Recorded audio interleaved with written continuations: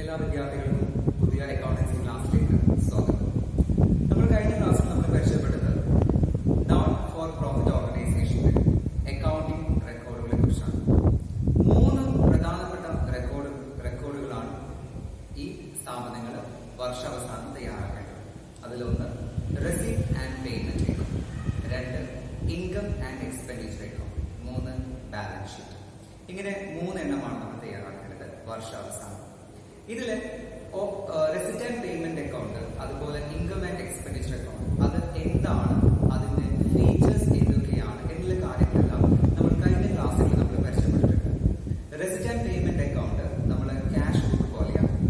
Debit സൈഡിൽ എല്ലാം റെസിപ്റ്റുകളും credit സൈഡിൽ എല്ലാം പേയ്മെന്റുകളുമാണ് റെക്കോർഡ് ചെയ്യുന്നത്. അത് എന്താണ് അക്കൗണ്ട്, അതിന്റെ ഫീച്ചേഴ്സ്, അതിന്റെ ഡീറ്റെയിൽസ്, എല്ലാ കാര്യവും നമ്മൾ കഴിഞ്ഞ ക്ലാസ് പരിചയപ്പെട്ടിട്ടുണ്ട്.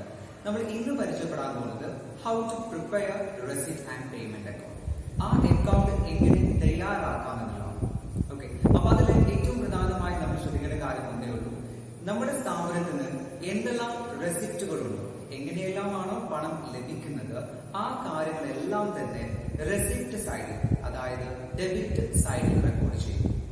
അത് ഏത് ഐറ്റം ആയിക്കോട്ടെ, നിങ്ങൾ റവന്യൂ ഐറ്റം ആയിക്കോട്ടെ, ക്യാപിറ്റൽ ഐറ്റം ആയിക്കോട്ടെ, ഈ വർഷത്തിലായിക്കോട്ടെ, ലാസ്റ്റ് ഇയറിന്റെ എമൗണ്ട് ഈ വർഷം കിട്ടിയതായിക്കോട്ടെ, അടുത്ത വർഷത്തേക്ക് വേണ്ടിയിട്ടുള്ള എമൗണ്ട് ആയിക്കോട്ടെ, നമുക്ക് പണം ലഭിച്ചിട്ടുണ്ടോ, അത് ഏത് രീതിയിലാണെങ്കിലും ഇവിടെ കാണിക്കാം. റെസിപ്റ്റ് ആൻഡ് പേയ്മെന്റ് അക്കൗണ്ടിന്റെ റെസിപ്റ്റ് സൈഡ്, അതായത് ഡെബിറ്റ് സൈഡിൽ കാണിക്കാം. അതുപോലെ പേയ്മെന്റുകൾ, നമ്മുടെ സ്ഥാപനത്തിൽ വരുന്ന എല്ലാ തരം പേയ്മെന്റുകളും നമുക്ക് പണരൂപത്തിൽ അല്ലെങ്കിൽ ബാങ്കിലൂടെ എന്തെല്ലാം രീതിയിൽ പണം ചെലവായിട്ടുണ്ടോ ആ കാര്യങ്ങളെല്ലാം തന്നെ ഇവിടെ കാണിക്കാം. റെസിപ്റ്റ് ആൻഡ് പേയ്മെന്റ് അക്കൗണ്ടിന്റെ പേയ്മെന്റ് സൈഡ്, അതായത് ക്രെഡിറ്റ് സൈഡിൽ കാണിക്കാം. പ്രധാനപ്പെട്ട നമ്മൾ ആലോചിക്കുന്നത് ഒന്നേ ഉള്ളൂ, പേയ്മെന്റ് ആണോ അത് ക്രെഡിറ്റ് സൈഡിൽ റെക്കോർഡ് ചെയ്യുക, റെസിപ്റ്റ് ആണോ അതിൽ റെക്കോർഡ് ചെയ്യാം, റെസിപ്റ്റ് സൈഡ് അല്ലെങ്കിൽ ഡെബിറ്റ് സൈഡിൽ റെക്കോർഡ് ചെയ്യുക. ഈ ഒരൊറ്റ ഫോക്കസേ ഉള്ളൂ. ഇവിടെ നമുക്ക് അറിയാവുന്ന കാര്യങ്ങളാണ് എന്തെല്ലാമാണ് റെസിപ്റ്റുകൾ എന്നുള്ളത്. പൊതുവെ നമ്മുടെ നോട്ട് ഫോർ പ്രോഫിറ്റ് ഓർഗനൈസേഷൻ എടുക്കുകയാണെങ്കിൽ പ്രധാനമായിട്ടുള്ള വരുമാന മേഖല എന്ന് പറയുന്നത് ഒന്ന് സബ്സ്ക്രിപ്ഷൻ ആണ്, വരിസംഖ്യ, രണ്ടാമത് ഡൊണേഷൻ, മൂന്നാമത് ലെഗസി. ഇതേപോലെയുള്ള പ്രധാനപ്പെട്ട വരുമാന മേഖലകളുണ്ട്. ബാക്കിയുള്ളതെല്ലാം എന്താണ്, സാധാരണ ഒരു സ്ഥാപനത്തിൽ എന്തെല്ലാമാണോ ഉണ്ടാവാറുള്ളത് അത്തരം കാര്യങ്ങൾ അല്ലെങ്കിൽ അത്തരം ഐറ്റംസ് ഇവിടെ ഉണ്ടാവും. സാധാരണ നമ്മൾ ഇപ്പോൾ പഠിച്ചുകൊണ്ടിരിക്കുന്ന നോൺ ഫോർ പ്രോഫിറ്റ് ഓർഗനൈസേഷൻ ഉണ്ടാവുന്നതാണ്. ഓക്കെ, ഇപ്പൊ നമുക്ക് ഒരു പ്രോബ്ലം രൂപത്തിൽ എങ്ങനെയാണ് നമുക്ക് എന്ത് ചെയ്യാം, റെസിപ്റ്റ് ആൻഡ് പേയ്മെന്റ് അക്കൗണ്ട് വരച്ച് ചെയ്യാവുന്നതാണ്. നമുക്ക് ഒരു പ്രോബ്ലം ചെയ്ത് നോക്കാം. താഴെ ഒരു സ്ഥാപനത്തിലെ കുറച്ച് റെസിപ്റ്റുകളും പേയ്മെന്റുകളും കൊടുക്കുന്നതിൽ മിക്സ് ആയിട്ടാണ് വന്നിട്ടുള്ളത്. ഒരു ക്ലബിന്റെ 2019 അവസാനിക്കുന്ന കുറച്ച് ഡീറ്റെയിൽസ് ആണ്. Cash in hand, cash at bank, പിന്നെ കുറെ റെസിപ്റ്റുകളും പേയ്മെന്റും മിക്സ് ആയി വന്നിട്ടുണ്ട്.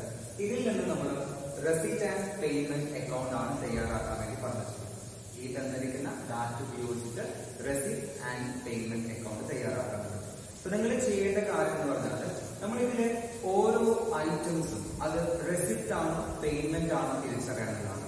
അപ്പൊ റെസിപ്റ്റ് ആണെന്ന് പറഞ്ഞാൽ അത് ഡെബിറ്റ് സൈഡിൽ കാണിക്കുന്നു, പേയ്മെന്റ് ആണെന്ന് ക്രെഡിറ്റ് സൈഡ്. വളരെ സിമ്പിൾ ആയിട്ടുള്ള ഓപ്ഷനാണ്. അതിൽ ആദ്യത്തെ ഒരു കാര്യം എന്ന് പറഞ്ഞാൽ റെസിപ്റ്റ് ആൻഡ് പേയ്മെന്റ് അക്കൗണ്ട് തുടങ്ങേണ്ടത് opening balance of cash and bank വെച്ചിട്ടാണ്. Opening balance of cash and bank, ആ ഡീറ്റെയിൽസ് ആണ് നമുക്ക് ആദ്യമേ തന്നിട്ടുള്ളത്. Cash in hand 1 for 2018 20,000 rupees ഉണ്ട്. അതുപോലെ ക്യാഷ് ടു ബാങ്ക് ആണെങ്കിലോ 1 for 2018 25,000. ഇത് ക്യാഷിന്റെയും ബാങ്കിന്റെയും ഓപ്പണിംഗ് ബാലൻസ് ആണ്. അപ്പൊ ഈ ഐറ്റം ആണിത് നമ്മുടെ receipt and payment account first item. അതുപോലെ നമ്മൾ പഠിച്ചിട്ടുള്ളതാണ്, ഒരു receipt and payment account complete ചെയ്ത് കഴിഞ്ഞാൽ അതിന്റെ ബാലൻസ് നമ്മൾ എന്തായിട്ടാണ് കണക്കാക്കുക, ക്യാഷ് ഇൻ ഹാൻഡ് അല്ലെങ്കിൽ ക്യാഷ് ടു ബാങ്ക്. കാരണം എന്താണ്, നമ്മുടെ receipt and payment account cash ബുക്കിന് സമാനമാണ്. അപ്പൊ ക്യാഷ് ബുക്ക് തയ്യാറാക്കിയാൽ നമുക്ക് റിസൾട്ട് എന്താണ്, ക്യാഷ് ഇൻ ഹാൻഡ് ആണ്.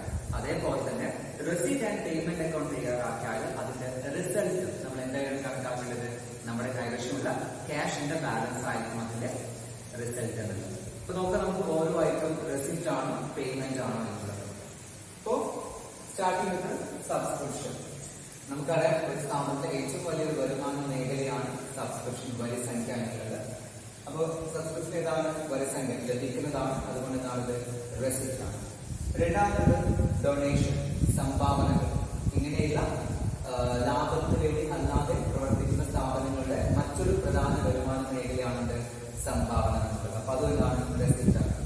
മൂന്നാമത് ലെഗസി. നമ്മൾ പരിചയപ്പെട്ടു. ലെഗസി എന്താണ്? ഒരാളുടെ മരണശേഷം അയാളുടെ വിൽ പത്രപ്രകാരം ലഭിക്കുന്ന സംഖ്യയാണ് നമ്മൾ ലെഗസി എന്ന് പറയുന്നത്. അപ്പൊ അതെന്താണ്? റെസിപ്റ്റ് ആണ്. മറ്റൊന്ന് സാലറി. സാധാരണ പഠിച്ചിട്ടായിരുന്നു സാലറി, ശമ്പളം കൊടുക്കുന്നത്. അതെന്താണ്? എക്സ്പെൻസ് ആണ്. റെന്റ് എക്സ്പെൻസ് ആണ്. ഫർണിച്ചർ പർച്ചേസ് ചെയ്യാന്ന് പറഞ്ഞാൽ അത് നമുക്ക് പേയ്മെന്റ് ആണ്. അതുപോലെ പ്രീമിയം, നമ്മുടെ ഇൻഷുറൻസ് പ്രീമിയം പേ ചെയ്ത് നമുക്ക് എന്താണ്? അത് പേയ്മെന്റ് ആണ്. അതുപോലെ സ്പോർട്സ് എക്യുപ്മെന്റ്, നമ്മൾ ക്ലബിലേക്ക് ആവശ്യമായ എക്യുപ്മെന്റ് പർച്ചേസ് ചെയ്യുമ്പോൾ നമുക്ക് എന്താണ്? അത് പേയ്മെന്റ് ആണ്. അതുപോലെ എൻട്രൻസ് ഫീ, നമ്മൾ പുതിയൊരു മെമ്പർ നമ്മുടെ ക്ലബിൽ ജോയിൻ ചെയ്യുന്നതാണ് നമ്മൾ എൻട്രൻസ് ഫീ അല്ലെങ്കിൽ അഡ്മിഷൻ ഫീ വാങ്ങാറുണ്ട്. അത് എന്താണ്? നമുക്കൊരു റെസിപ്റ്റ് ആണ്. അതുപോലെ പ്രിന്റിംഗ്, നമ്മൾ സാധാരണ ഓഫീസിൽ ഉണ്ടാകുന്നതാണ് printing and stationery, pen, pencil പോലുള്ള ഐറ്റംസ് പർച്ചേസ് ചെയ്യുന്നത്. അപ്പൊ അങ്ങനെയുള്ളതൊക്കെ നമുക്ക് എന്താണ്? പേയ്മെന്റ് ആണ്. നെക്സ്റ്റ് ഇലക്ട്രിസിറ്റി, നമ്മൾ സാധാരണ രീതിയിൽ നമ്മൾക്ക് സ്ഥാപനം ഉണ്ടാകുന്നവർക്ക് എന്താണ്? വാടക ഉണ്ടാവും. അപ്പൊ എന്താണ്? ഇലക്ട്രിസിറ്റി ബില്ല് അടക്കേണ്ടി വരും. അപ്പൊ അതെന്താണ്? നമുക്ക് മറ്റൊരു എക്സ്പെൻസ് ആണത്. ദെൻ ലാസ്റ്റ് നമുക്ക് എന്തുള്ളത്? ക്യാഷ് ഇൻ ബാങ്ക്, ഇത്ര എമൗണ്ട് ഉണ്ട് എന്നുള്ളത്. ഓക്കെ, അപ്പൊ ഇവിടെ നമുക്ക് എന്താ വെച്ചാല് ഓപ്പണിംഗിൽ ക്യാഷ് ഹാൻഡ് ഉണ്ട്, ക്യാഷ് ബാങ്ക് ഉണ്ട് അല്ലെ. എന്നാൽ ക്ലോസിംഗിലാണെങ്കിൽ നമുക്ക് ഏത് മാത്രം അവൈലബിൾ ആയിട്ടുള്ളൂ? ക്യാഷ് ബാങ്കിൽ നമുക്ക് തന്നിട്ടുള്ളൂ. അപ്പോ നമ്മുടെ റെസിപ്റ്റ് ആൻഡ് പേയ്മെന്റ് അക്കൗണ്ട് തയ്യാറാക്കി കംപ്ലീറ്റ് ചെയ്ത് കഴിയുമ്പോൾ നമുക്ക് ലഭിക്കുന്ന ബാലൻസ് ഫിഗർ, റിസൾട്ട് എമൗണ്ട് എന്തായിരിക്കും? ക്യാഷ് ഇൻ ഹാൻഡ് ആയിരിക്കും. അപ്പൊ നമ്മൾ ഇതിൽ കണ്ടെത്തിയ റെസിപ്റ്റ് ഐറ്റംസ് എല്ലാം എന്ത് ചെയ്യാം? റെസിപ്റ്റ് ആൻഡ് പേയ്മെന്റ് അക്കൗണ്ടിന്റെ ഡെബിറ്റ് സൈഡിലേക്ക് റെക്കോർഡ് ചെയ്യാം. അതുപോലെ കണ്ടെത്തിയിട്ടുള്ള എല്ലാ പേയ്മെന്റുകളും നമുക്ക് എന്ത് ചെയ്യാം? റെസിപ്റ്റ് ആൻഡ് പേയ്മെന്റ് അക്കൗണ്ടിന്റെ ക്രെഡിറ്റ് സൈഡിലേക്ക് റെക്കോർഡ് ചെയ്യാം. ഓക്കെ, ഇത്രയും വളരെ സിമ്പിൾ ആയിട്ടുള്ള പ്രൊസീജിയർ ആണ്. കണ്ടെത്തിയ റെസിപ്റ്റ് എന്ത് ചെയ്യാം? ഡെബിറ്റ് സൈഡിൽ കാണിക്കുക. കണ്ടെത്തിയ പേയ്മെന്റ്സ് എന്ത് ചെയ്യാം? ക്രെഡിറ്റ് സൈഡിൽ കാണിക്കുക. ഓക്കെ, അത് ലഭിക്കുന്ന നമുക്കറിയാം ഒരു അക്കൗണ്ട് ആണ്. അക്കൗണ്ട് നമ്മൾ എന്ത് ചെയ്യാറുണ്ട്? ബാലൻസ് ചെയ്യാറുണ്ട്. ഡെബിറ്റ് സൈഡും ക്രെഡിറ്റ് സൈഡും ഡിഫറൻസ് കണ്ടുപിടിക്കാറുണ്ട്. ആ ഡിഫറൻസ് എന്തായിരിക്കും? ആ ഡിഫറൻസ് നമ്മൾ നേരത്തെ പറഞ്ഞ പോലെ ക്യാഷ് ഇൻ ഹാൻഡ് ആയിരിക്കും. അപ്പൊ നമ്മൾ നേരത്തെ കണ്ട പ്രോബ്ലത്തിൽ നിന്ന് നമ്മൾ നേരത്തെ കണ്ട കുറെ ഡീറ്റെയിൽസ് നമ്മൾ പറഞ്ഞു, റെസിപ്റ്റ് ആൻഡ് പേയ്മെന്റുകളെല്ലാം. ആ details receipt and payment account. അപ്പൊ എപ്പോഴും ശ്രദ്ധിക്കുക, ഏതാണ് സ്ഥാപനം അതിന്റെ പേര് എന്തെങ്കിലും ഏറ്റവും ടോപ്പിൽ കൊടുക്കുക. തൊട്ട് താഴെ ഏതാണ് അക്കൗണ്ട് പേര്? Receipt and payment account. ഏത് വർഷത്തേക്ക് വേണ്ടി തയ്യാറാക്കുന്നത്? For the year ending 31st March 2019. സാധാരണ നമ്മൾ അക്കൗണ്ടുകൾ തയ്യാറാക്കുമ്പോൾ പൊതുവെ നമ്മൾ ഡെബിറ്റ് സൈഡില് പർട്ടിക്കുലർസ് എന്ന ടേം ആണ് ഉപയോഗിക്കാറുള്ളത്. എന്നാൽ നമ്മുടെ നോട്ട് ഫോർ പ്രോഫിറ്റ് ഓർഗനൈസേഷനിൽ ഓരോ അക്കൗണ്ട് തയ്യാറാക്കുമ്പോഴും അതിൽ നമ്മൾ പർട്ടിക്കുലർസ് എന്ന ടേമിന് പകരമായിട്ട് ഇപ്പോൾ റെസിപ്റ്റ് ആൻഡ് പേയ്മെന്റ് അക്കൗണ്ട് എടുക്കുകയാണെങ്കിൽ ഡെബിറ്റ് സൈഡില് റെസിപ്റ്റ് എന്നും ക്രെഡിറ്റ് സൈഡില് പേയ്മെന്റ് എന്നാണ് റെക്കോർഡ് ചെയ്യുന്നത്. അപ്പൊ ആ പേരിൽ നിന്ന് തന്നെ നമുക്ക് എന്ത് ചെയ്യാം? അതിന്റെ ആ സൈഡിൽ എന്തെല്ലാം കാര്യങ്ങളാണ് റെക്കോർഡ് ചെയ്യാറുള്ളത് അല്ലെ. പേയ്മെന്റ് ആകുമ്പോൾ അവിടെ എല്ലാ കാര്യങ്ങളും പേയ്മെന്റ് ആയാലും നമുക്ക് കയ്യിൽ പണം ചിലവായ കാര്യങ്ങളായിരിക്കും. അതുപോലെ റെസിപ്റ്റ് നോക്കുകയാണെങ്കിൽ നമുക്ക് പണം ലഭിച്ച കാര്യങ്ങളായിരിക്കും. ഓക്കെ, ഇത് നമ്മുടെ കയ്യിൽ നോക്കുന്ന എന്തെല്ലാം കാര്യങ്ങളാണ് അതിനകത്ത് നമ്മൾ റെക്കോർഡ് ചെയ്തിരുന്നത്. അപ്പൊ ഫസ്റ്റ് ഓഫ് ഓൾ നമ്മൾ പറഞ്ഞിട്ടുണ്ടായിരുന്നു receipt and payment account starting with start ചെയ്തത് opening balance of cash and bank. അപ്പൊ നമ്മുടെ ക്വസ്റ്റ്യൻ ഉണ്ടായിരുന്നത് ക്യാഷിന്റെ ബാങ്കിന്റെ ഓപ്പണിംഗ് ബാലൻസ് 30,000 and 25,000 അത് റെക്കോർഡ് ചെയ്തു. ശേഷം എന്താണ് നമ്മൾ പറഞ്ഞത്? എന്തെല്ലാം റെസിപ്റ്റ് ആണ് നമുക്ക് ഈ സ്ഥാപനത്തിൽ ഉണ്ടായിരുന്നത്? Subscription, donation, legacy, entrance. ഇത് മാത്രമാണ് നമുക്ക് റെസിപ്റ്റുകൾ. പൊതുവെ നമ്മൾ ശ്രദ്ധിച്ച് നമുക്ക് അറിയാവുന്ന കാര്യമാണ്. ഇതേപോലെ ലാഭത്തിന് വേണ്ടി അല്ലാതെ പ്രവർത്തിക്കുന്ന സ്ഥാപനങ്ങൾക്കെല്ലാം എന്താണ് വരുമാന മേഖല വളരെ കുറവായിരിക്കും, ചെലവുകളോ കൂടുതലുമായിരിക്കും. നോർമൽ കേസ് നമ്മൾ പറയുകയാണെങ്കിൽ. ഓക്കെ, അപ്പൊ ഇതാണ് നമ്മൾ റെസിപ്റ്റുകളുള്ളത്. പേയ്മെന്റ് നോക്കുകയാണെങ്കിൽ rent, salary, premium, sports equipment, അതുപോലെ പ്രിന്റിംഗ്, ഇലക്ട്രിസിറ്റി, ഫർണിച്ചർ. ഇങ്ങനെ തന്നിരിക്കുന്ന എമൗണ്ടുകളെല്ലാം നമ്മൾ എന്ത് ചെയ്തിട്ടുണ്ട്? റെക്കോർഡ് ചെയ്തിട്ടുണ്ട്. പുറമെ ബാലൻസ് ക്യാരി ഡൗൺ നമ്മൾ ചെയ്ത് ബാങ്കിന്റെ ബാലൻസ് 50,000 റെക്കോർഡ് ചെയ്തിട്ടുണ്ട്. ഓക്കെ, ഇനി സാധാരണ രീതി നമ്മൾ എങ്ങനെയാണ് ഒരു അക്കൗണ്ട് ക്ലോസ് ചെയ്യാം? ഡെബിറ്റ് എമൗണ്ട് കോളം ടോട്ടൽ ചെയ്യുന്നു, ക്രെഡിറ്റ് എമൗണ്ട് കോളം ടോട്ടൽ ചെയ്യുന്നു, ഡിഫറൻസ് നമ്മൾ കാൽക്കുലേറ്റ് ചെയ്യുന്നു. ഓക്കെ, അപ്പൊ നമ്മൾ ഡെബിറ്റ് എമൗണ്ട് ടോട്ടൽ ചെയ്താൽ എമൗണ്ട് 93,000 എന്നുള്ളത്.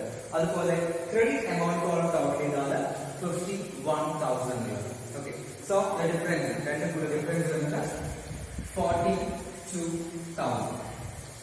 42,000 ഡിഫറൻസ് വരുന്നുണ്ട്. നമ്മൾ നേരത്തെ പറഞ്ഞു കഴിഞ്ഞു, റെസിപ്റ്റ് ആൻഡ് പേയ്മെന്റ് അക്കൗണ്ടിൽ ബാലൻസ് ലഭിക്കുകയാണെങ്കിൽ ആ ബാലൻസ് എന്തായിരിക്കും? നോർമലി ക്യാഷ് ഇൻ ഹാൻഡ് ആയിരിക്കും. സോ നമ്മുടെ ബാലൻസ് ഡയഗ്രാമിൽ ബാങ്കിന്റെ ബാലൻസ് അവൈലബിൾ ആണ്. അപ്പൊ ഈ 42,000 എന്തായിരിക്കും? നമ്മുടെ ക്യാഷ് ബാലൻസ് ആയിരിക്കും. സോ ക്യാഷിന്റെ നമ്മൾ എന്ത് ചെയ്താൽ നമ്മൾ ഇപ്പോൾ ലഭിച്ച ബാലൻസ് ഫിഗർ 42,000. ദെൻ അതിനെ ബ്രാക്കറ്റ് നമ്മൾ എഴുതി ചെയ്യാം ബാലൻസ് അല്ലെങ്കിൽ ബാലൻസിംഗ് ഫിഗർ ആണ് എന്നുള്ളത്. Balancing figure. ദെൻ സാധാരണ അക്കൗണ്ട് ടോട്ടലൈസ് ചെയ്യാം. ബിഗ് എമൗണ്ട് നമ്മൾ ടോട്ടലൈസ് ചെയ്യുന്നത് 93,000. സോ നമ്മുടെ സാധാരണ വളരെ സിമ്പിൾ ആയിട്ടുള്ള അക്കൗണ്ട് ആണ് റെസിപ്റ്റ് ആൻഡ് പേയ്മെന്റ് അക്കൗണ്ട് എന്നുള്ളത്. സാധാരണ നമ്മൾ ചെയ്യുന്ന അക്കൗണ്ട് എങ്ങനെയാണോ ക്ലോസ് ചെയ്യുക അതേ ഫോർമാറ്റിലാണ്. ബാലൻസ് ഫിഗർ മാത്രം എന്ത് ചെയ്യുന്നുള്ളൂ? ആ കിട്ടുന്ന ബാലൻസ് ഫിഗർ എന്തായിരിക്കും? ഒന്നെങ്കിൽ ക്യാഷ് അയക്കാം, അല്ലെങ്കിലോ ബാങ്ക് അയക്കാം. പക്ഷെ ഇവിടെ എന്താണ്? ബാങ്കിന്റെ ബാലൻസ് ഓൾറെഡി തന്നതുകൊണ്ട് നമുക്ക് ബാലൻസ് എന്തായാലും പരിഗണിക്കാം, അത് ക്യാഷ് ഇൻ ഹാൻഡ് ആയിരിക്കും. അതായത് അടുത്തതായിട്ട് നമ്മൾ പഠിക്കാൻ പോകുന്നത് ഇൻകം ആൻഡ് എക്സ്പെൻഡിച്ചർ അക്കൗണ്ട് എങ്ങനെ തയ്യാറാക്കാം എന്നുള്ളതാണ്. ഇപ്പൊ ഇൻകം ആൻഡ് എക്സ്പെൻഡിച്ചർ അക്കൗണ്ട് ആയാലും അടുത്ത ബാലൻസ് ഷീറ്റ് ആയാലും ഈ രണ്ട് സ്റ്റേറ്റ്മെന്റുകളും തയ്യാറാക്കുന്നത് നമ്മുടെ റെസിപ്റ്റ് ആൻഡ് പേയ്മെന്റ് അക്കൗണ്ടിനെ ആസ്പദമാക്കിയിട്ടാണ്. അതായത് റെസിപ്റ്റ് ആൻഡ് പേയ്മെന്റ് അക്കൗണ്ട് ആണ് മറ്റു രണ്ട് സ്റ്റേറ്റ്മെന്റുകളുടെയും ബേസ് എന്ന് പറയുന്നത്. ഓക്കെ, അപ്പോ ഇൻകം ആൻഡ് എക്സ്പെൻഡിച്ചർ അക്കൗണ്ട് തയ്യാറാക്കണമെങ്കിൽ നമുക്ക് എന്ത് വേണം? റെസിപ്റ്റ് ആൻഡ് പേയ്മെന്റ് അക്കൗണ്ട് വേണം. ഓക്കെ, അപ്പോ ഇൻകം ആൻഡ് എക്സ്പെൻഡിച്ചർ അക്കൗണ്ട് തയ്യാറാക്കുന്നതിന് മുമ്പായിട്ട് കുറച്ച് കാര്യങ്ങൾ നമുക്കൊന്ന് മനസ്സിലാക്കേണ്ടതുണ്ട്. ഒന്നാമത്തെ കാര്യം ഇതാണ്, റെസിപ്റ്റ് ആൻഡ് പേയ്മെന്റ് അക്കൗണ്ടില് എല്ലാ റെസിപ്റ്റുകളും എല്ലാ പേയ്മെന്റുകളും ഉൾപ്പെടുന്നുണ്ട്. അതിൽ നമ്മൾ പഠിച്ചു കഴിഞ്ഞതാണ് ക്യാപിറ്റൽ റെസിപ്റ്റ് ഉണ്ടാവാം, അതുപോലെ തന്നെ ക്യാപിറ്റൽ പേയ്മെന്റും ഉണ്ടാവാം. അതേപോലെ റവന്യൂ റെസിപ്റ്റും ഉണ്ടാവാം, റവന്യൂ പേയ്മെന്റും ഉണ്ടാവാം. ഓക്കെ, അപ്പോ ഈ ഒരു എല്ലാ ഐറ്റംസും നമ്മുടെ റെസിപ്റ്റ് ആൻഡ് പേയ്മെന്റ് അക്കൗണ്ടിൽ ഉണ്ടാവും. ഓക്കെ, എന്നാൽ ആ റെസിപ്റ്റ് ആൻഡ് പേയ്മെന്റ് അക്കൗണ്ടില് ക്യാപിറ്റൽ റെസിപ്റ്റ് ഉണ്ടാവും, റവന്യൂ റെസിപ്റ്റ് ഉണ്ടാവും അല്ലെ. അതേപോലെ പേയ്മെന്റ്സ് എന്ന് നോക്കാൻ ക്യാപിറ്റൽ പേയ്മെന്റ് ഉണ്ടാവും, റവന്യൂ പേയ്മെന്റ് ഉണ്ടായിരിക്കും. അപ്പോ ആദ്യം മനസ്സിലാക്കേണ്ടത് ഇതിലെ റവന്യൂ ഐറ്റംസ് മാത്രമേ എങ്ങോട്ടേക്ക് പോവുള്ളൂ? ഇൻകം ആൻഡ് എക്സ്പെൻഡിച്ചർ അക്കൗണ്ടിലേക്ക് നമ്മൾ എടുക്കുന്നുള്ളൂ. ക്യാപിറ്റൽ ഐറ്റംസ് എല്ലാം നമ്മൾ എങ്ങോട്ടേക്കാണ് മാറ്റുക? ബാലൻസ് ഷീറ്റിലേക്കാണ് മാറ്റുക. ക്യാപിറ്റൽ ഐറ്റംസ് എല്ലാം ബാലൻസ് ഷീറ്റിലേക്കാണ് നമ്മൾ റെക്കോർഡ് ചെയ്യുക എന്നുള്ളത്. അപ്പൊ ആ ഒരു കാര്യം നമ്മൾ ആദ്യമേ മനസ്സിലാക്കുക. റവന്യൂ ഐറ്റംസ് എവിടേക്കാണ്? ഇൻകം ആൻഡ് എക്സ്പെൻഡിച്ചർ അക്കൗണ്ടിലേക്കാണെന്നും ക്യാപിറ്റൽ ഐറ്റംസ് എങ്ങോട്ടാണ്? ബാലൻസ് ഷീറ്റിലേക്കാണെന്നും ആദ്യം മനസ്സിലാക്കുക.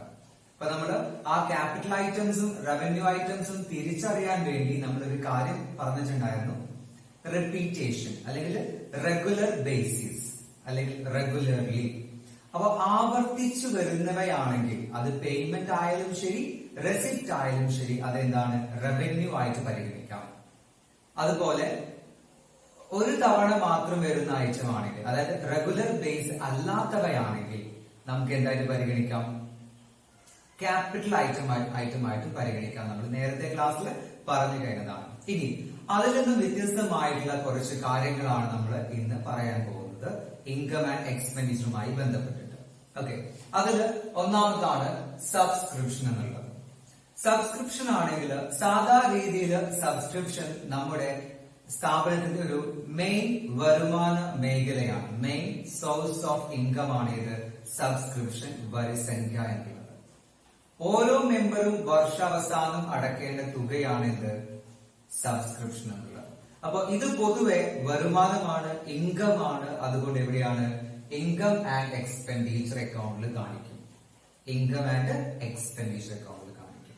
ഓക്കെ, ഇനി അഥവാ സബ്സ്ക്രിപ്ഷൻ ഫോർ സ്പെഷ്യൽ പർപ്പസ് ആണെങ്കിൽ, സബ്സ്ക്രിപ്ഷൻ നോർമലി നമ്മൾ പറഞ്ഞു അത് ഇൻകം ആയിട്ട് പരിഗണിക്കാം. ഇനി അതല്ല, സബ്സ്ക്രിപ്ഷൻ എന്തെങ്കിലും സ്പെഷ്യൽ പർപ്പസിനാണെങ്കിൽ, അതായത് സബ്സ്ക്രിപ്ഷൻ ഫോർ ബിൽഡിംഗ് അല്ലെങ്കിൽ സബ്സ്ക്രിപ്ഷൻ ഫോർ പവലിയൻ അല്ലെങ്കിൽ സബ്സ്ക്രിപ്ഷൻ ഫോർ പ്ലേ ഗ്രൗണ്ട്, അങ്ങനെ എന്തെങ്കിലും ഒരു സ്പെസിഫിക് പർപ്പസ് പറഞ്ഞാൽ അത് നമ്മൾ എന്ത് ചെയ്യണം? ക്യാപിറ്റലൈസ് ചെയ്യണം. അപ്പൊ അങ്ങനെ ഒരു സ്പെഷ്യൽ പർപ്പസിനാണെങ്കിൽ അത്തരം എമൗണ്ട് എവിടെയൊക്കെ കാണിക്കുക? ക്യാപിറ്റലൈസ് ചെയ്യുകയും അതെവിടെ കാണിക്കും? ബാലൻസ് ഷീറ്റിലാണ് കാണിക്കാനുള്ളത്. അപ്പൊ നോർമൽ കേസിൽ സബ്സ്ക്രിപ്ഷൻ എന്താണ്? ഇൻകം ആൻഡ് എക്സ്പെൻഡിച്ചർ അക്കൗണ്ടിലെ ഇൻകമായി ഒരു ഐറ്റമായി കാണിക്കാം. അതല്ല, അതൊരു സ്പെഷ്യൽ പർപ്പസിനാണെങ്കിൽ അതെവിടെ കാണിക്കാം? ബാലൻസ് ഷീറ്റിലാണ് കാണിക്കുക. അതും അവിടെ ലയബിലിറ്റി സൈഡിലാണ് കാണിക്കുക എന്നുള്ളത്. ഓക്കെ, അപ്പൊ അവിടെ നമുക്കൊരു ക്ലൂ ഇതാണ്. സ്പെഷ്യൽ പർപ്പസിനുള്ള എന്തെങ്കിലും ഒരു ഫണ്ട്, അതായത് സ്പെഷ്യൽ പർപ്പസിലേക്കുള്ള എന്തെങ്കിലും ഒരു കാര്യമാണെങ്കിൽ അതെന്താണ്? ക്യാപിറ്റലൈസ് ചെയ്യുകയും അതെവിടെ കാണിക്കും? ബാലൻസ് ഷീറ്റിന്റെ ലയബിലിറ്റി സൈഡിൽ കാണിക്കുകയും വേണം. ഇതാണ് അതിന്റെ ഒരു രീതി എന്നുള്ളത്. ഓക്കെ, അപ്പോ സബ്സ്ക്രിപ്ഷൻ നമ്മൾ പറഞ്ഞു കഴിഞ്ഞു. അടുത്തത് ഡൊണേഷൻ ആണ്. ഡൊണേഷൻ നമുക്കറിയാം സാധാരണ നോട്ട് ഫോർ പ്രോഫിറ്റ് ഓർഗനൈസേഷന്റെ മറ്റൊരു വരുമാന മേഖലയാണ് ഇത് ഡൊണേഷൻ, സംഭാവന എന്നുള്ളത്. അത് ജനറൽ പർപ്പസ് ഉണ്ട്, സ്പെസിഫിക് പർപ്പസ് ഉണ്ട്.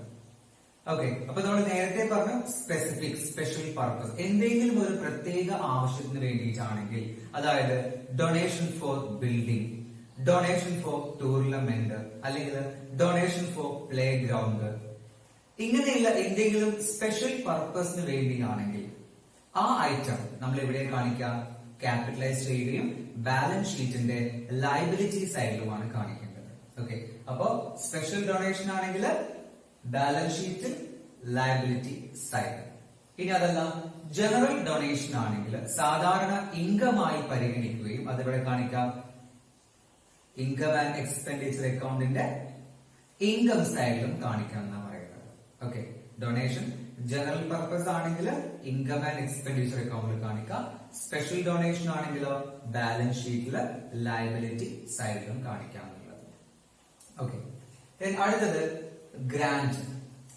ഗവൺമെന്റിന്റെ കയ്യിൽ നിന്ന് ലഭിക്കുന്ന ഫണ്ടാണ്, നമ്മുടെ ഡേ ടു ഡേ എക്സ്പെൻസിലേക്ക് ഗവൺമെന്റിൽ നിന്ന് ലഭിക്കുന്ന ഫണ്ടാണ് നമ്മൾ എന്ത് പേര് വിളിക്കുക? ഗ്രാന്റ് എന്ന് പറയുക എന്നുള്ളത്. ഓക്കെ, അപ്പൊ ഗ്രാന്റ് പൊതുവെ ഇത്തരം സ്ഥാപനങ്ങളുടെ ഒരു വരുമാന മാർഗമാണ്.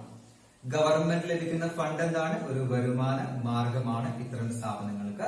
അപ്പൊ പൊതുവെ ഗ്രാന്റ് നമുക്ക് ഇവിടെ കാണിക്കാം, ഇൻകം ആൻഡ് എക്സ്പെൻഡിച്ചർ അക്കൗണ്ടിൽ ഇൻകമായി കാണിക്കാം. In case grant for special purpose ആണെങ്കിൽ, നമ്മൾ നേരത്തെ പറഞ്ഞ അതേപോലെ സ്പെഷ്യൽ പർപ്പസിനുള്ള ഗ്രാന്റ് ആണെങ്കിൽ നമുക്ക് എന്ത് ചെയ്യാം? അത് ക്യാപിറ്റലൈസ് ചെയ്യുകയും ബാലൻസ് ഷീറ്റിന്റെ ലയബിലിറ്റി സൈഡിൽ കാണിക്കുകയും ചെയ്യാം എന്നുള്ളതാണ്. അപ്പൊ സാധാരണ രീതിയിൽ ഗ്രാന്റ് എന്താണ്? ഇൻകമായി പരിഗണിക്കുകയും ഇൻകം ആൻഡ് എക്സ്പെൻഡിച്ചർ അക്കൗണ്ടിൽ കാണിക്കുകയും ചെയ്യാം. അതല്ല grant for special purpose, grant for building, grant for playground, okay, അങ്ങനെ എന്തെങ്കിലും ഒരു സ്പെഷ്യൽ പർപ്പസിനാണെങ്കിൽ it should be capitalised and shown on the liability side of balance sheet എന്നുള്ളത്. ഓക്കെ, അപ്പൊ ഗ്രാന്റ് നോർമലി ആകുമ്പോ ഇൻകം ആൻഡ് എക്സ്പെൻഡിച്ചർ അക്കൗണ്ടില്, special purpose ആകുമ്പോ balance ഷീറ്റില് ലയബിലിറ്റി സൈഡിൽ കാണിക്കാറുള്ളത്. ഓക്കെ, നെക്സ്റ്റ് നോക്കുകയാണെങ്കിൽ ലെഗസി. ലെഗസി നമ്മൾ പഠിച്ചിട്ടുണ്ട്, ഒരാളുടെ മരണശേഷം അയാളുടെ വിൽ പത്രപ്രകാരം ലഭിക്കുന്ന തുകയെയാണ് നമ്മൾ എന്ത് പേര് വിളിക്കുക? ലെഗസി എന്ന് വിളിക്കുക എന്നുള്ളത്. ഓക്കെ, അപ്പോ ലെഗസി നോർമൽ കേസിൽ സാധാരണ രീതിയിൽ ലെഗസി നമ്മൾ ക്യാപിറ്റലൈസ് ചെയ്യുകയും അത് ബാലൻസ് ഷീറ്റിന്റെ ലയബിലിറ്റി സൈഡിൽ കാണിക്കുകയും വേണം. ലെഗസി നോർമൽ കേസ് ആണെങ്കിൽ Sean on the liability side of balance sheet, balance ഷീറ്റിന്റെ ലയബിലിറ്റി സൈഡിലാണ് കാണിക്കേണ്ടത്. എന്നാൽ ലെഗസി സ്മോൾ എമൗണ്ട് ആണെങ്കിൽ, ലെഗസി ഒരു സ്മോൾ എമൗണ്ട് ആണെങ്കിൽ Sean on the income and expenditure account as income. നമുക്ക് എന്ത് ചെയ്യാം? ചെറിയ എമൗണ്ട് ആണെങ്കിൽ നമുക്ക് എന്ത് ചെയ്യാം? അത് സാധാരണ പോലെ ഒരു വരുമാനം പോലെ ഇൻകം ആൻഡ് എക്സ്പെൻഡിച്ചർ അക്കൗണ്ടിൽ ഇൻകം ആയിട്ട് റെക്കോർഡ് ചെയ്യാം. അപ്പൊ ഇതില് നിങ്ങളൊരു കാര്യം ശ്രദ്ധിച്ചാൽ മതി, ചില ഐറ്റംസ് നമ്മൾ പരിഗണിക്കുന്നത് അത് ഇൻകം ആയിട്ടാണോ അതല്ല ക്യാപിറ്റൽ ഐറ്റംസ് ആയിട്ടാണോ പരിഗണിക്കുന്നത്, അത് അക്കൗണ്ടന്റ് ആണ്, നമ്മളാണ് പരിഗണിക്കുന്നത്. നമ്മൾ എന്ത് ചെയ്യണമെന്നേ ഉള്ളൂ? അതിന്റെ താഴെ നോട്ട് ചെയ്യണമെന്നേ ഉള്ളൂ. കാരണം എന്ത് കാണിച്ചാൽ മതി? നമ്മള് ഇപ്പോ ഡൊണേഷൻ നമ്മൾ എന്താണ്? ക്യാപിറ്റൽ ആയിട്ടാണ് പരിഗണിച്ചിട്ടുള്ളത്. അതല്ലാതെ നമ്മൾ നോട്ടായിട്ട് സ്റ്റേറ്റ്മെന്റ് താഴെ കാണിച്ചാൽ മതി. അല്ലെങ്കിൽ ലെഗസി ചെറിയ എമൗണ്ട് ആണ്, ലെഗസി സ്മോൾ എമൗണ്ട് ആയതുകൊണ്ട് വി ട്രീറ്റഡ് ആസ് ഇൻകം. അപ്പൊ ആ ഒരു കാരണം നമ്മൾ എന്ത് ചെയ്താൽ മതി, നമ്മൾ എങ്ങനെ അത് ട്രീറ്റ് ചെയ്തു എന്നുള്ളത് താഴെ നമുക്ക് ഒരു നോട്ട് ആയിട്ട് കാണിച്ചാൽ മതി. ഓക്കെ, അപ്പൊ അതിൽ നമുക്ക് എന്തില്ല, വലിയ പ്രോബ്ലംസ് നമുക്ക് വരുന്നില്ല. ഇനി അടുത്ത നോക്കുകയാണെങ്കിൽ ലൈഫ് മെമ്പർഷിപ്പ് ഫീസ് എന്നുള്ളത്, ലൈഫ് മെമ്പർഷിപ്പ് ഫീസ് എന്നുള്ളത്. ഓക്കെ, പൊതുവെ നമ്മൾ ഓരോ മെമ്പർ എന്ത് ചെയ്യണം, ഓരോ വർഷവും ആളെ മെമ്പർഷിപ്പ് പുതുക്കണം. ഓക്കെ, സബ്സ്ക്രൈബ് ചെയ്തുകൊണ്ട്, അതായത് സബ്സ്ക്രിപ്ഷൻ ആനുവൽ അടക്കേണ്ടത്. അപ്പൊ ഇങ്ങനെ ഈ ഒരു ഓരോ വർഷവും അടക്കുന്നതിന് പകരമായിട്ട് ചില മെമ്പേഴ്സ് എന്ത് ചെയ്യും, ലൈഫ് ലോങ് മെമ്പർ ആയിട്ട് മാറും, ഗിവിംഗ് എ ബിഗ് എമൗണ്ട്. ഒരു വലിയൊരു എമൗണ്ട് നൽകിക്കൊണ്ട് അവരെന്ത് ചെയ്യും, ലൈഫ് ടൈം മെമ്പർ ആയിട്ട് മാറും. അപ്പൊ അവരെന്ത് ചെയ്യേണ്ട ആവശ്യമില്ല, വർഷാവർഷം സബ്സ്ക്രിപ്ഷൻ അടക്കേണ്ട ആവശ്യമില്ല. ഓക്കെ, അപ്പൊ അങ്ങനെയല്ല ലൈഫ് മെമ്പർഷിപ്പ് ഫീ എന്നുള്ളത് നമ്മൾ ക്യാപിറ്റലൈസ് ചെയ്യണം. അതേപോലെ അപ്പോ ലൈഫ് മെമ്പർഷിപ്പ് ഫീ ക്യാപിറ്റലൈസ് ചെയ്യുന്നു, shown on the liability side of balance sheet എന്നുള്ളത്. ഓക്കെ, അതുപോലെ endowment fund, endowment fund capitalise ചെയ്യണം, shown on the liability side. അപ്പൊ അതിന്റെ കൂടെ നമുക്കൊരു കാര്യം പറയാനുള്ളത്, ഏതെങ്കിലും ഒരു ടേമിന്റെ കൂടെ ഫണ്ട് എന്നുള്ളൊരു സ്പെല്ലിംഗ് കണ്ടാൽ, ഫണ്ട്, ആ ഫണ്ട് എന്ന ടേം വന്ന് നമുക്ക് കണക്കാക്കുന്നത് it should be capitalise and shown on the liability side of balance sheet. അപ്പോ tournament fund, pavilion fund, building fund, prize fund, ഇങ്ങനെയുള്ള ഏത് തരം ഫണ്ട് ആണെങ്കിലും അങ്ങനെയുള്ള ഫണ്ടുകളെല്ലാം നമ്മൾ എവിടെ കാണിക്കേണ്ടത്, ബാലൻസ് ഷീറ്റിന്റെ ലയബിലിറ്റി സൈഡിലാണ് നമ്മൾ കാണിക്കേണ്ടത് എന്നുള്ളത്. Okay, next special purpose fund. നേരത്തെ പറഞ്ഞതുപോലെ എന്തെങ്കിലും ഒരു സ്പെഷ്യൽ ആവശ്യത്തിന് വേണ്ടിയിട്ടുള്ള, ഒരു പ്രത്യേക ആവശ്യത്തിന് വേണ്ടിയിട്ടുള്ള ഫണ്ട് ആണെങ്കിൽ സ്പെഷ്യൽ പർപ്പസ് ഫണ്ട് എന്നുള്ളത്. അപ്പൊ അങ്ങനെ പ്രത്യേക ആവശ്യത്തിന് വേണ്ടിയിട്ടുള്ള ഫണ്ട് ആണെങ്കിൽ ഒരു കാര്യം എത്രയേ ഉള്ളൂ, ആ ഫണ്ടുമായി ബന്ധപ്പെട്ട വരുമാനോ ചെലവോ, ആ ഫണ്ടുമായി ബന്ധപ്പെട്ട വരുമാനോ ചെലവോ നിങ്ങൾ എന്ത് ചെയ്യരുത്, ഇൻകം ആൻഡ് എക്സ്പെൻഡിച്ചർ അക്കൗണ്ടിൽ കാണിക്കരുത്. ഏതെങ്കിലും ഒരു സ്പെഷ്യൽ ഫണ്ട് ഉണ്ട്, ആ ഫണ്ടുമായി ബന്ധപ്പെട്ട വരുമാനോ ചെലവോ എന്ത് ചെയ്യരുത്, ഇൻകം ആൻഡ് എക്സ്പെൻഡിച്ചർ അക്കൗണ്ടിൽ കാണിക്കരുത്. പകരം പിന്നെ എങ്ങനെയാ കാണിക്കേണ്ടത്, ഫണ്ട് നമ്മൾ പറഞ്ഞു ബാലൻസ് ഷീറ്റിന്റെ ലയബിലിറ്റി സൈഡിലാണ് വരിക. അതേ ലയബിലിറ്റി സൈഡില് ഇൻകം ആ ഫണ്ടിലേക്ക് കൂട്ടുകയും എക്സ്പെൻസ് ആ ഫണ്ടിൽ നിന്ന് കുറയ്ക്കുകയും ചെയ്യണം. എന്താ ചെയ്യാ, ആ ഫണ്ടിലേക്ക് ഇൻകം കൂട്ടുകയും എക്സ്പെൻസ് എന്ത് ചെയ്യുക, കുറയ്ക്കുകയും ചെയ്യാം. ഒരു എക്സാമ്പിൾ നോക്കുകയാണെങ്കിൽ ടൂർണമെന്റ് ഫണ്ട്, നമുക്ക് ടൂർണമെന്റ് കണ്ടക്ട് ചെയ്യാൻ വേണ്ടി നമുക്ക് ഫണ്ട് ഉണ്ട്. ആ ടൂർണമെന്റിൽ എന്താ, നമുക്ക് കുറെ എക്സ്പെൻസുകൾ ഉണ്ടായിട്ടുണ്ട് അല്ലെ. അതുപോലെ നമുക്ക് എന്താ, ടൂർണമെന്റിൽ കുറെ കളക്ഷൻ ഉണ്ട്, നമ്മൾ ഒരു ടിക്കറ്റ് സെയിൽ ചെയ്തു കളക്ഷൻ നേടിയിട്ടുണ്ട് അല്ലെ. അപ്പൊ നമ്മൾ ടൂർണമെന്റുമായി ബന്ധപ്പെട്ട ടൂർണമെന്റ് ഫണ്ടും ഉണ്ട്, ടൂർണമെന്റിലേക്ക് കിട്ടിയ കളക്ഷൻ ഉണ്ട്, ടൂർണമെന്റ് വഴി നമുക്ക് ചെലവായ എക്സ്പെൻസുകളും ഉണ്ട്. അപ്പൊ ഇങ്ങനെ ടൂർണമെന്റ് ഫണ്ട്, ടൂർണമെന്റിന്റെ എക്സ്പെൻസ്, ടൂർണമെന്റ് കളക്ഷൻ. അപ്പൊ ഇങ്ങനെ ഐറ്റം വന്നാൽ ഇത് എന്ത് ചെയ്യേണ്ട, ഈ എക്സ്പെൻസും ഈ ഇൻകവും സെപ്പറേറ്റ് ആയിട്ട് ഇൻകം ആൻഡ് എക്സ്പെൻഡിച്ചർ അക്കൗണ്ട് കാണിക്കേണ്ട ആവശ്യമില്ല. അതെന്താ ചെയ്യുക, ബാലൻസ് ഷീറ്റില് ലയബിലിറ്റി സൈഡിലാണ് കാണിക്കുക എന്നുള്ളത്. ഇൻകം കൂട്ടുകയും എക്സ്പെൻസ് എന്ത് ചെയ്യുക, കുറയ്ക്കുകയും ചെയ്യുക എന്നുള്ളത്. ഓക്കെ, അപ്പോ ഇതേപോലെയുള്ള ഐറ്റംസ്, ഇപ്പൊ നമ്മൾ പറഞ്ഞ ഐറ്റംസ് ഒക്കെ എന്താണ്, സാധാരണ രീതിയിൽ ചിലപ്പോൾ നമുക്ക് കൺഫ്യൂഷൻ വരുന്ന ഐറ്റംസ് ആണ്. ആ കൺഫ്യൂഷൻ ഒഴിവാക്കാൻ വേണ്ടിയിട്ടാണ് ഓരോന്നും എന്ത് ചെയ്യുക നമ്മൾ എക്സ്പ്ലെയിൻ ചെയ്തിട്ടുള്ളത്. ക്ലിയർ ആണല്ലോ. മറ്റൊരെണ്ണമാണ് എക്സ്പെൻഡിച്ചർ സ്റ്റോക്ക് ഐറ്റംസ് എന്നുള്ളത്. Stationery, sports material like bats and balls, ഇങ്ങനെയുള്ള ഐറ്റംസ് നമ്മൾ എന്ത് പറയാം, എക്സ്പെൻഡിച്ചർ സ്റ്റോക്ക് ഐറ്റംസ് എന്ന് പറയുന്നത്. എക്സ്പെൻഡിച്ചർ സ്റ്റോക്ക് ഐറ്റംസ് റെക്കോർഡ് ചെയ്യുന്നത് എത്ര ഐറ്റംസ് ആണ് നമ്മൾ യൂസ് ചെയ്തിട്ടുള്ളത്, ആ കണക്കാണ് നമ്മൾ എന്ത് ചെയ്യേണ്ടത്, income and expenditure account record ചെയ്യേണ്ടത്. അതായത് ഐറ്റം യൂസ്ഡ് എത്രയാണെന്ന് കണ്ടെത്തിയിട്ടാണ് നമ്മൾ എന്ത് ചെയ്യുക, amount income and expenditure account record ചെയ്യുക. ദെൻ ബാലൻസ്, ഈ സ്റ്റോക്ക് ഐറ്റംസ് ബാലൻസ് എത്രയാണോ ഉള്ളത് അതെന്ത് ചെയ്യുക, ഒരു അസറ്റ് ആയിട്ട് ബാലൻസ് ഷീറ്റിലും കാണിക്കാം എന്നുള്ളത്. അപ്പൊ എത്രയാണോ യൂസ് ചെയ്തിട്ടുള്ളത് അതെവിടെ കാണിക്കാം, ഇൻകം ആൻഡ് എക്സ്പെൻഡിച്ചർ അക്കൗണ്ടിലും. ബാലൻസ് എത്രയാണോ ഉള്ളത് അതെവിടെ കാണിക്കാം, ബാലൻസ് ഷീറ്റിലും കാണിക്കാം എന്നുള്ളത്. ഇനി എങ്ങനെയാണ് ആ യൂസ് നമ്മൾ എങ്ങനെ കാൽക്കുലേറ്റ് ചെയ്യാന്നുള്ളത് നമ്മൾ പഠിച്ചിട്ടുള്ളതാണ്. നമ്മൾ ഇപ്രാവശ്യം നമ്മൾ എത്രയാണ്, സോറി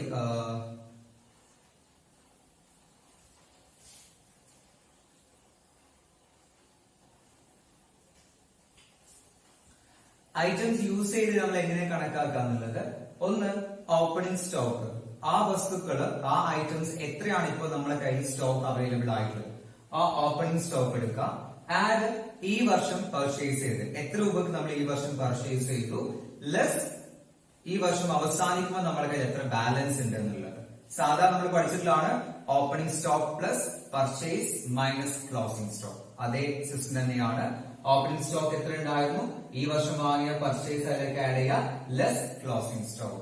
ബാലൻസ് നമുക്ക് എന്തായിരിക്കും, item used in this year എന്നുള്ളത്, ഈ വർഷം എത്ര നമ്മൾ ഉപയോഗിച്ചു എന്നുള്ളത്. ഓക്കെ, അപ്പൊ അതില് ക്ലോസിംഗ് സ്റ്റോക്ക് ആയിട്ടുള്ള എമൗണ്ട് നമ്മൾ എന്ത് ചെയ്യും, ബാലൻസ് ഷീറ്റിൽ കാണിക്കും.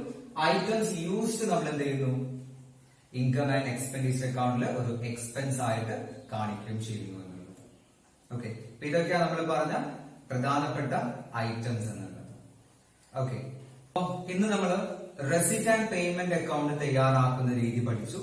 അതേപോലെ തന്നെ ഇൻകം ആൻഡ് എക്സ്പെൻഡിച്ചർ തയ്യാറാക്കുന്നതിന് മുമ്പായിട്ടുള്ള ചില പ്രത്യേക ഐറ്റംസ് എങ്ങനെയാണ് ട്രീറ്റ് ചെയ്യേണ്ടത്, അത് എങ്ങനെയാണ് കൈകാര്യം ചെയ്യേണ്ടത് കൂടി മനസ്സിലാക്കിയിട്ടുണ്ട് നമ്മൾ. അപ്പൊ ഇതിന്റെ കൂടെ ഒരു ക്വസ്റ്റ്യൻ ചേർക്കുന്നുണ്ട്. ഒരു റെസിറ്റ് ആൻഡ് പേയ്മെന്റ് തയ്യാറാക്കാൻ വേണ്ടി ചോദ്യമാണത്. അപ്പൊ അതിന്റെ ആൻസർ എന്ത് ചെയ്യാം, അടുത്ത ക്ലാസ്സിലേക്ക് ചെയ്തു വെക്കാം. ഓക്കെ.